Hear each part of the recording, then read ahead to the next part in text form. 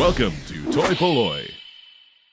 Hello and welcome to another video from toy-polloi, and this is the first part in the restoration of He-Man and the Masters of the Universe's Snake Mountain. As you can see in front of me, I have a Snake Mountain, and there is the bulk of it here. There's a few odd little bits missing which I hope you find during this restoration process, and there's quite a few areas that do need fixing. If you've ever owned a Snake Mountain, you'll know that there's a couple of things that are always broken when you get this toy, and that is the little bridge that goes between the two sections of the sort of front and back of Snake Mountain, and the wrist restraints that go on the sort of next to the face on the right hand side there. And the reason these bits are broken is just because of the way they're designed. They sort of snap together, and every time you try and unsnap them together they get a little bit weaker, and in the end they snap off completely and you're left with broken bits that are no good to anyone. So in this restoration I'm going to cover restoring both of those bits. The microphone apparently doesn't work, and I've not yet tested it, so that's something we're going to have to see what's wrong with it. I've never taken one of those apart. So really the first thing to do is to actually take the whole of this Snake Mountain apart so that it can be cleaned, because this, like every toy that I get in here, is filthy. So let's go ahead and take it apart and we can get it all washed up and then start the restoration process. Inside Snake Mountain there's not really that much to remove. It's really just the sort of snake head here which just unhooks. Now you can unclip this if you're careful. On this one I'm not going to bother, because again the plastic of that's used on these old toys can get very brittle, and I don't want to sort of risk snapping that. So once that's in place I'm going to leave that like it is and clean it all as one piece.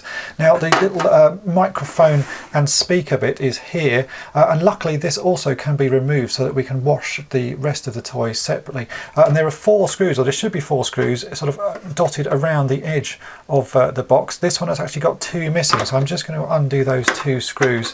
When I come to put this back together I'll see if I can find some replacements. These are generally a pretty standard size. They're fairly similar to Star Wars screws, and I probably have quite a few of those going spare. So you can see there's a screw, and I have a little tray here which I'm going to store all of the screws in just so that they don't get lost.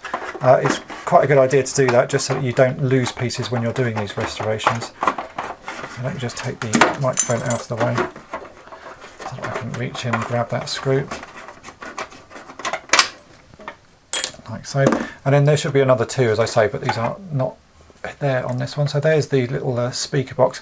Now to clean this I'm not going to obviously put this one in water or the microphone part in water. I'll do that just with a damp cloth.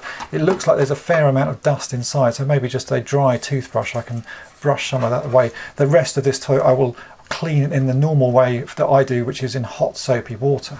I also do want to take the 2 halves of this toy apart, so it's just a case of being very gentle with this, because again these hinges can be a bit brittle. So open the toy up quite wide like this, and then you can just sort of carefully prise them apart. Do this fairly slowly and you should be safe like that, and it will just come apart. Now as you can see this toy is pretty dirty all over. There's a lot of grime on the inside, lots of dust and everything, so a good soak would really be ideal. But obviously this has stickers on it, so I don't want to get those submerged. So I'm just going to do this by sort of dunking bits of it into water and using a toothbrush to sort of wash around, trying to keep these stickers as sort of dry as possible. But I reckon I can get a lot of this dirt off. I turn it round to the front here, you can see it's absolutely filthy. It's obviously been stored in someone's loft for a long time. Even just by rubbing that with my finger there, you can see how clean it comes up. So a good clean in hot soapy water, and that should look 10 times better. So let's go and get that done.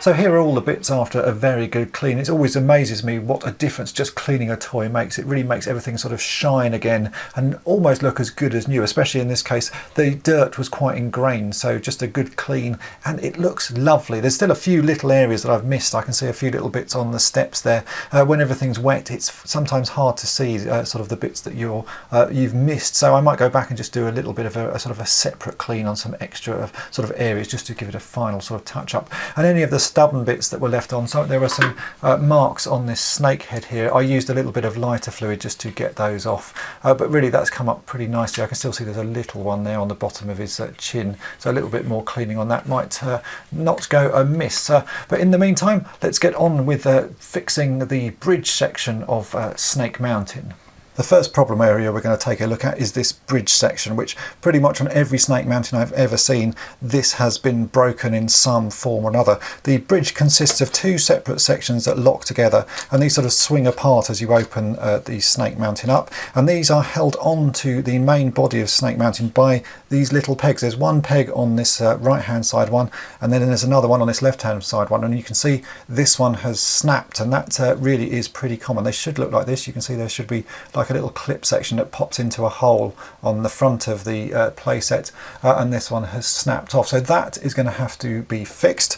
And then we have the sort of four little bridge rails that you have here. Now these again have these similar little clips on the bottom, and normally one or more of these is broken. You can see this one has one broken at the end here. I think that one is the same, it has a similar the end one is snapped. And then I have one here which all of them are snapped. There's just a sort of half parts of each one left, and then this one we have one completely missing. Now you can get away with having little bits of these broken and it will still sort of hold together. These ones are going to be fine because we have two full clips and one half clip, and those actually do work well enough, so I'm not going to bother fixing those ones because you can see that they do hold in place reasonably well. I can actually put both of those on this one. Just by having two of the clips in place, the end one sort of holds in place. So I'm going to class that as acceptable, and we'll fix the other ones, which are these ones, because this one doesn't fit in at all because every single clip is snapped off, so it just sort of falls out easily enough. And this one, because we're missing the end, again, you can snap in the first two. Let me just do that quickly, but you can't hold this last one in, so that the little bracket sort of doesn't work at all, and you end up with the bridge sort of blocked by this little end post. So really we've got to fix at least, well, 3 if not 4 of these, and now I do have an idea, so let's see what we can do to fix that. As with a lot of my recent fixes, the first place I go to have a look to see what I can find for sort of pieces is Lego, and I found this little ball joint pin. So it's the sort of normal end pin part of a Lego piece with a ball joint on the end, and I thought this would be perfect for trying to recreate this little clip section here, because it's roughly the same size, which is always where you want to start with a restoration like this, trying to find something that's a very similar piece and a similar shape.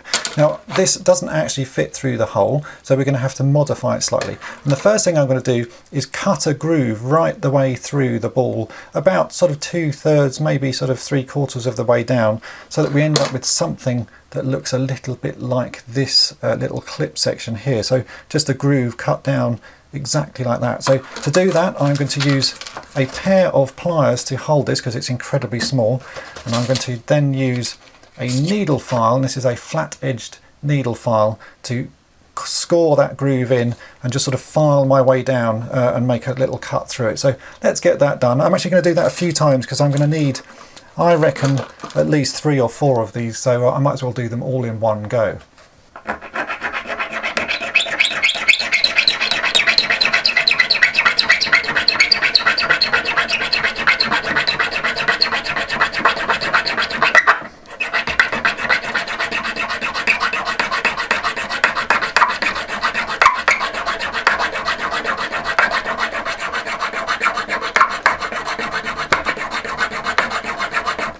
So something like that is a good starting point. I'm going to do a few others just to get some ready and prepared.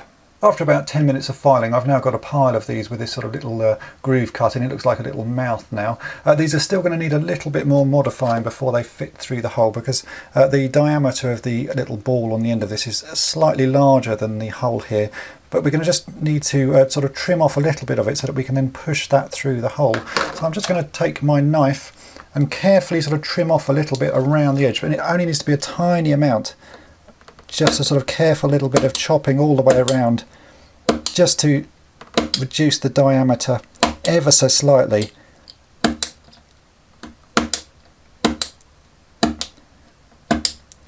It's going to be a little bit of guesswork. I'll just do a little chop like that, and then we can see if that's going to push through the hole. And there you go, that now pushes through quite nicely. It's a bit loose, but I had a feeling it would be, and I have a solution for that. But before I show you that solution, I'm actually going to go and trim off the rest of these so they're all ready. But you can see that does actually fit in quite nicely, and I think that's going to be a good way of fixing the little fence posts back into these holes. So let's get the other ones trimmed up, and then I can show you what I'm going to use to sort of stiffen that hole so that it doesn't wobble about so much. I now have them all sort of chopped ready, and as you can see they fit quite nicely, and they all go in and out fairly smoothly, which is all you want. You don't want it to be too hard to get these little pegs out. That one's still a little bit hard. You have to sort of push from the other side, but still it does go in, which is the important thing. Now really these are a little bit loose. You can see that they do rattle about in the little socket there, and the reason for that is because obviously this little ball joint is just slightly too far away from that sort of end part of the peg. So to tighten that up, I reckon we can use an O-ring. I have a box here of all sorts of sizes of O-rings. If I open this up, you can see it's every size you could ever need, and these are the ones I use for fixing the legs back on Masters of the Universe figures, or fixing the insides of Micronauts, that sort of thing. And right at the start of the pack here, I have these incredibly tiny little O-rings. So I'll just take one of those off, and I'll show you it next to a ruler so you can see how small this is. It is, I think that's about 6mm across, maybe just about 7mm. So it's a tiny little O-ring, and I reckon if I push this over the end of the Lego little piece there, you can see that goes in. I reckon that if I push this in the hole, that should compress enough. There you go, it does. That it now holds that little post firmly in place. It actually sort of gives it a little bit of wobble. So I think an O-ring just on the bottom of that piece is enough to sort of make that a little bit more rigid. So that's going to be the solution for all of these pegs in the end, just a tiny little O-ring. So all we've got to do now is work out a way of attaching this new little attachment to the bottom of the fence post. So let's see what we can do with that. I'm going to start by trying to fix this fence because two of the little tabs aren't broken, and we have one completely missing on the end. So what I need to do is attach that sort of flush to the bottom of the broken fence post, and I think the way to do that is I'm going to sort of just trim off the sort of little snapped area there and make it a bit flatter. Then I'm going to trim this piece down just above the sort of lip there that is before the original sort of Lego little peg section. So we've got a flat surface there and a flat surface there, which I could just glue together, but I don't think that's going to be strong enough. So I'm going to drill a very small hole into the bottom of this fence post, and then a very small hole into the bottom of the Lego piece, and give it a bit of sort of reinforcement just using a tiny piece of paperclip. Now this paperclip is 1mm in diameter, so it's just going to be a 1mm hole into each bit, but that should just give it a little bit of extra strength, and I think that's all it will need. So let's get these pieces ready. So first up, I'm just going to use my knife to trim off the sort of rough areas where this is snapped and try and make it as flat as possible.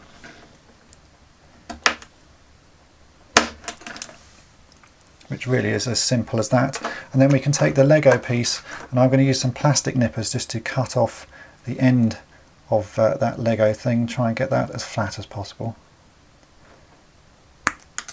Like so. So you can see we have what looks like the sort of top of a fence post, but is now the bottom. And those two bits should sit fairly smoothly together like that. There's still a few little raised areas on that one, so let's just give that a second bit of a trim.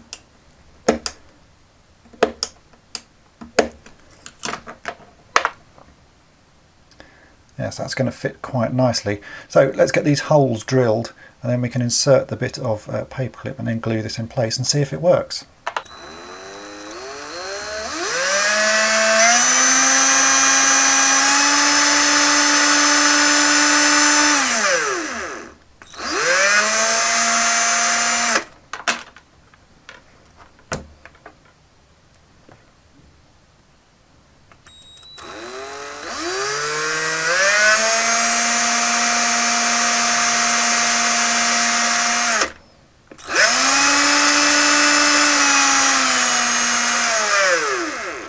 Now if you're doing this at home, it would be ideal to do this in a vise. Don't do it like I'm doing here. I'm only doing this because it's on camera and it's very hard for me to film this.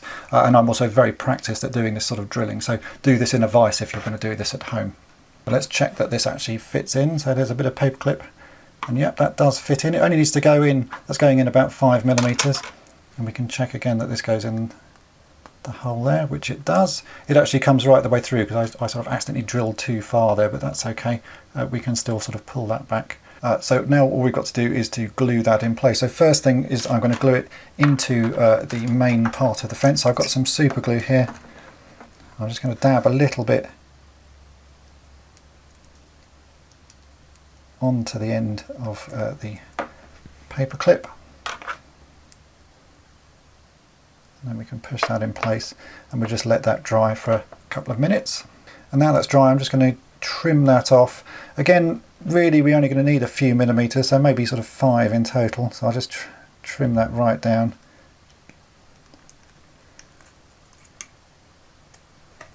And we can just do a quick test fit to check that that does actually fit on.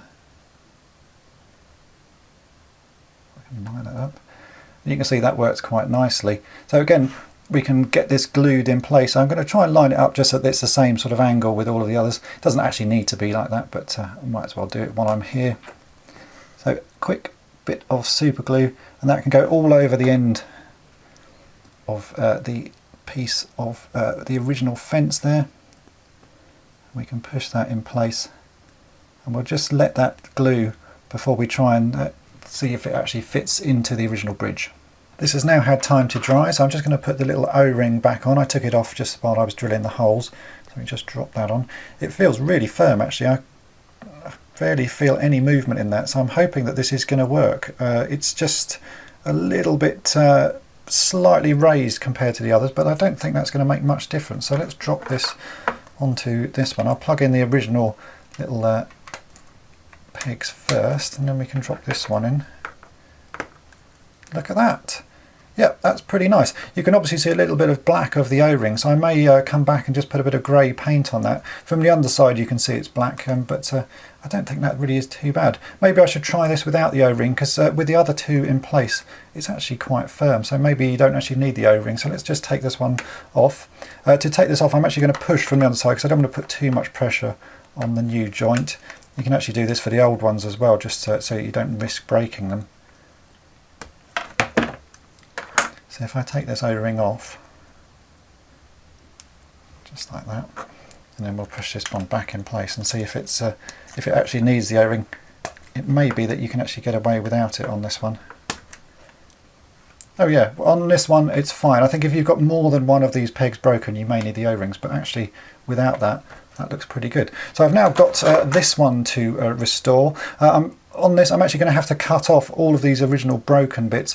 Maybe I will leave just one in the middle that I don't fix, because when these are in place you really only need a couple of them to make it work. So if I just replace the two end ones, I think we can get away with that. So let's get this one modified and I'll cut those off and drill and stick the other new tabs in place. We'll see how that one works.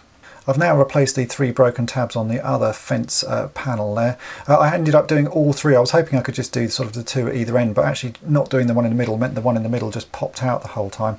And I've put an O-ring only on this middle one, and that seems to be enough to sort of give it support. So you can see the other 2 actually sort of hold in place pretty nicely, and the O-ring just gives it that extra little bit sort of firmness there. So I may come and paint that. Really, it's not actually that noticeable, but maybe just a little bit of grey paint onto the O-ring so that it doesn't stand out. Would just sort of finish that off. But I think for the moment that works really well. So I now have both halves of the bridge with the fence panels in place. So that's a good starting point. So the last thing I've got to do to get this actually to attach to Snake Mountain is to sort out this broken tab. As you can see, that one's working, this one is missing. So I think we're going to use roughly the same sort of technique for making the end part of that Lego piece into a little tab. But I've got to work out another way of fixing it on, because obviously there's not really that much left of this post. I might actually be able to do it the same way, just sort of cut the end off, but I'm just going to have a quick think about that, and then I will attach that as well, and we can hopefully get the bridge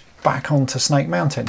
I've got the front part of Snake Mountain here, so we can see the hole that the little tab has to go into, and here is one of the ones that I've modified earlier. So that does actually fit in there quite firmly. Again, with an O-ring, I think that would be really quite sturdy. Now the problem I have, obviously, is getting that out is a little bit stiffer, so just have to push from the back there.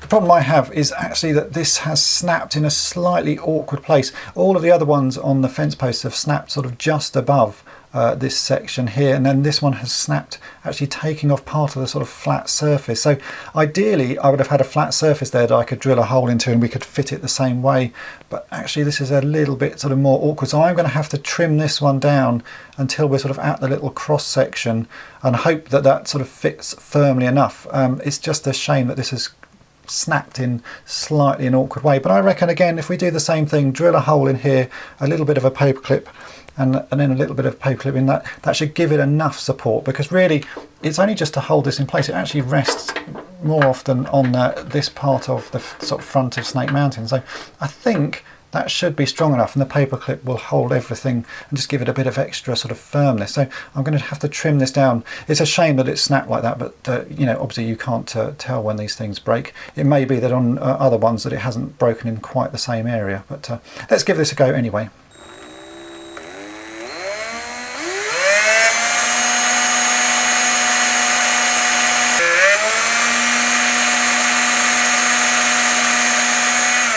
So again, here's the paper clip. I'm just going to put a little bit of glue all the way down the length of that, and we can push that into the hole.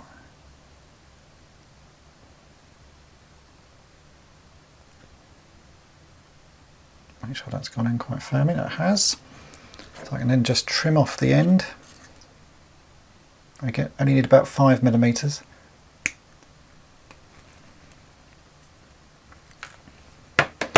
I'm actually just on this one because I really need it to be extra firm. I'm going to put a little bit of scoring on the plastic just so it's a slightly rough surface, that there's lots of areas for the glue to go in. I'll do the same on here. Oh, this is already quite rough. And again, a dab of super glue on the end of that. I'm going to push that in place, and I'm going to let this one dry for quite a long time just so it's really firmly glued. And then this does need an O-ring over it because you don't want this to wobble about, so an O-ring over the end of that, and then we can see if that holds in place on the front there. Now is the moment of truth. Here is the left side of the bridge. The right side of the bridge I've already pushed in place because that little tab wasn't broken, and here's the new tab that I've attached with a little O-ring on. So if I push that in, let's see if that goes in, which it does, and that feels pretty firm actually. I almost like, I don't need the O-ring, it may be a little bit too firm, but let's try that. So if I hook these together, we should be able to open and close this bridge like it would have done originally. That looks pretty good. That's actually all in place and it feels pretty firm, so I think that does work. Obviously it would have been better if that hadn't broken quite where it did break, but it doesn't really matter. I've managed to make something that sort of holds this all together. So there is the bridge of Snake Mountain back up and running. And that's it for part one of this restoration of Snake Mountain from He-Man and the Masters of the Universe. There's still plenty more to do, so join me in part two when we'll get on with fixing some more of these very common broken issues on this fantastic playset. If you've enjoyed this video and would like to help out toy-polloi, then please check out my Patreon page, and thanks for watching. Thanks for watching toy-polloi. Subscribe for more great videos.